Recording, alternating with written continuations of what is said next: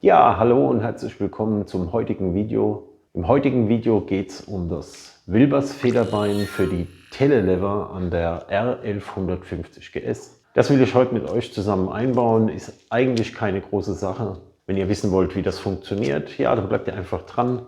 Nach dem Intro geht's los.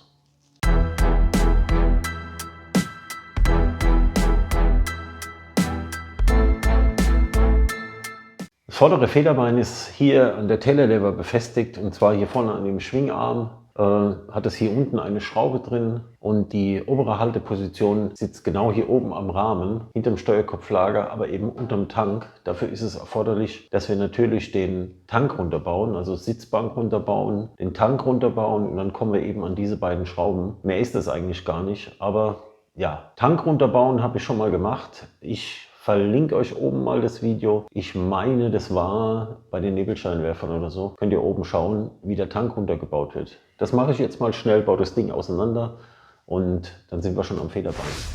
Kleiner Tipp am Rande für all diejenigen, die auch einen Haufen ABE dabei haben müssen für unterwegs bei einer Kontrolle von der Rennleitung. Ich habe meine ABEs hier beispielsweise unter den Bauprositz montiert.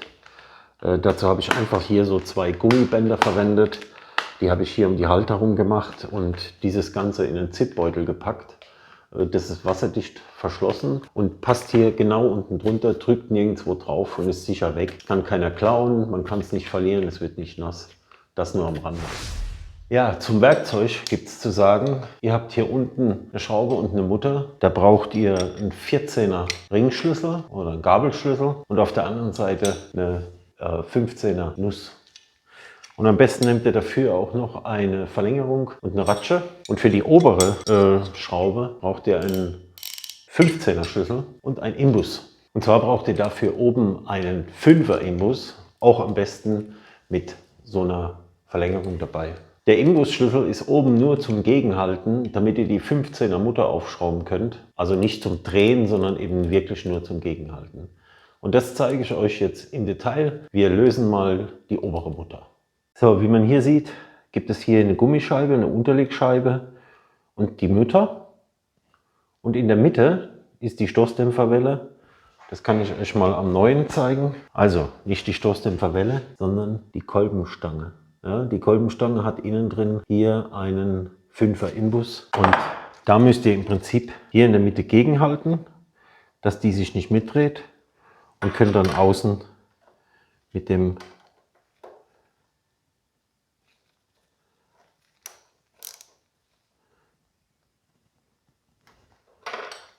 Schlüssel die Mutter öffnen.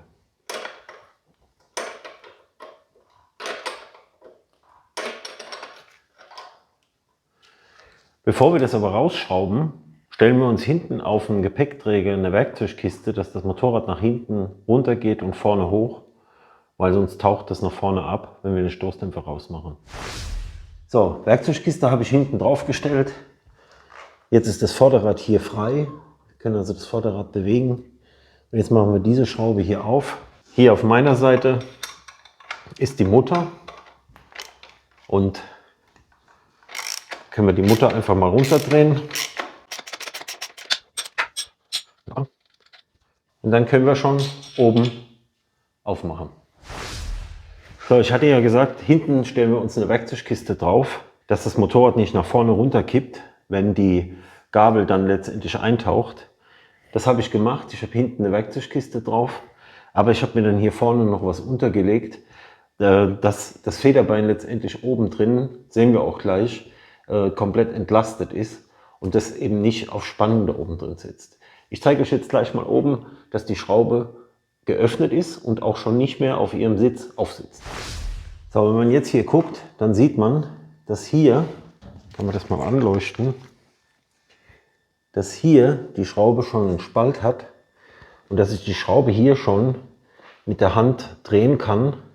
Und das ist wichtig, dass das Federbein eben nicht unter Druck ist oder unter Zug, dass ihr hier oben so lange dreht, bis das Federbein dann unten komplett entlastet ist. So könnt ihr das jetzt einfach abdrehen hier oben, unten die Schraube rausziehen und dann das Federbein nach unten abziehen. So, wenn ihr dann die Schraube hier auf habt, dann habt ihr einmal hier diese Scheibe, ja, diese dicke Scheibe. Und dann habt ihr noch so ein Gummi, was da oben drin sitzt. Und dann kommt hier die Gewindestange. Das ist jetzt mittlerweile lose. Da drin ist dann noch eine Buchse, aber wir nehmen jetzt erstmal nach unten das Federbein raus. Also die untere Mutter hatten wir ja schon gelöst. Die Schraube lässt sich jetzt hier auch bewegen. Das kann man vorher kontrollieren. Man kann dann auch das, was man sich vorne unter das Vorderrad legt, auch wegmachen. Und dann, wenn die obere Schraube gelöst ist, dann kann man das unten raus und dann senkt sich das Ganze ein bisschen, dann ist das lose. So, jetzt kann man eben hier die Schraube rausziehen und dann nehmen wir das Federbein zur Seite vorsichtig hier raus und dann haben wir das hier schon in der Hand. Ja, so haben wir das Federbein raus. Auf dem Federbein oben drauf ist die Kolbenstange. Dann haben wir hier im Prinzip die Scheibe, so eine Gummischeibe und das Ganze mit dieser Buchse noch innen drin. So sieht das Ganze hier aus. Ja, und jetzt können wir eigentlich schon das neue Federbein einsetzen. So, wir setzen im Prinzip auf das neue Federbein. Das Federbein hat hier oben so zwei Schrägen. Wir setzen das Gummi mit der Hülse hier oben auf und die Befüllschraube bzw. die Wartungsschraube hier vorne, die kommt nach hinten und dann ist auch hier unten das verschlossen. Wenn man das andersrum einbauen würde, wäre hier unten die Öffnung für die Kolbenstange offen. Das sollte nicht so sein. Wir machen also diese Seite nach vorne und die Befüllschraube hier hinten nach hinten. Dann suchen wir uns hier das Loch, führen das oben ein und schieben hier unten einfach mal die Schraube durch. Und schon ist das ganze Ding eingebaut.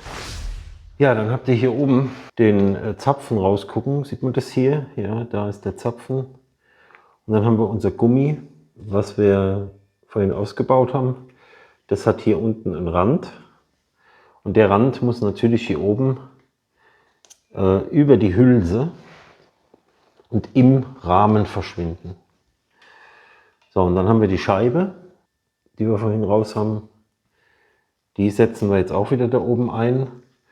Und jetzt können wir die Werkzeugkiste hinten einfach runternehmen und das Federbein in seinen Sitz kommen lassen. Was vielleicht noch interessant wäre, diese Gummis, wenn ihr die nicht neu habt, die haben natürlich im Laufe der Jahre schon ihren Abdruck bekommen im Prinzip, weil der Rahmen hier innen drin ist nicht gerade, sondern das ist etwas geschwungen. Das heißt, ihr müsst also unten und auch oben gucken, dass dieser Sitz wieder einigermaßen passt. Das heißt, die Gummis eben so lange drehen, bis sie eben in diese Senke hineingehen. Das kann man unten auch machen. Geht ein bisschen schwierig, weil da die Hupe im Weg ist und so, aber es funktioniert. Und dann könnt ihr im Prinzip vorne runter drücken. Sieht man das hier? Und dann ist das Gummi hier auch wieder frei und die Scheibe. Und dann ziehen wir einfach noch diese Schraube hier fest.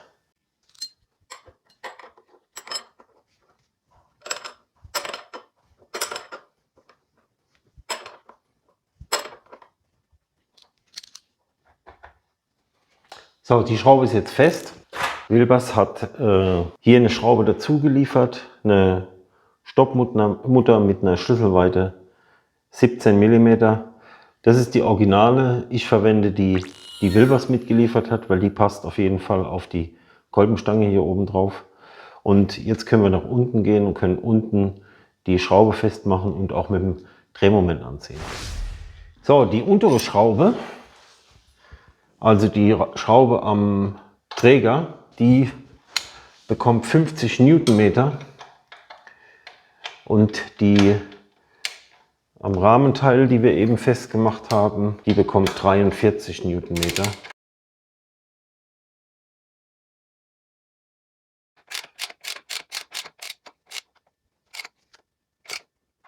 Ja.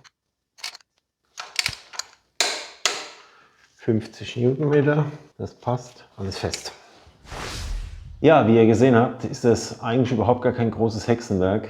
Wie beim hinteren Federbein ist natürlich auch nach den Jahren das vordere nicht mehr so toll. Man hat es jetzt schon gleich gemerkt beim Einbau. Fahrzeug war in der gleichen Position und trotzdem hatte das neue Federbein einfach mehr Spannung, es hat irgendwie mehr Platz verwendet. Also ja, wahrscheinlich ist es so, dass natürlich das auch dann jetzt beim nächsten Fahren eine absolute Verbesserung ist. Aber auch da werde ich dann in einem weiteren Motovlog mal drüber berichten. Kurz dann. Ansonsten ist die Arbeit damit abgeschlossen.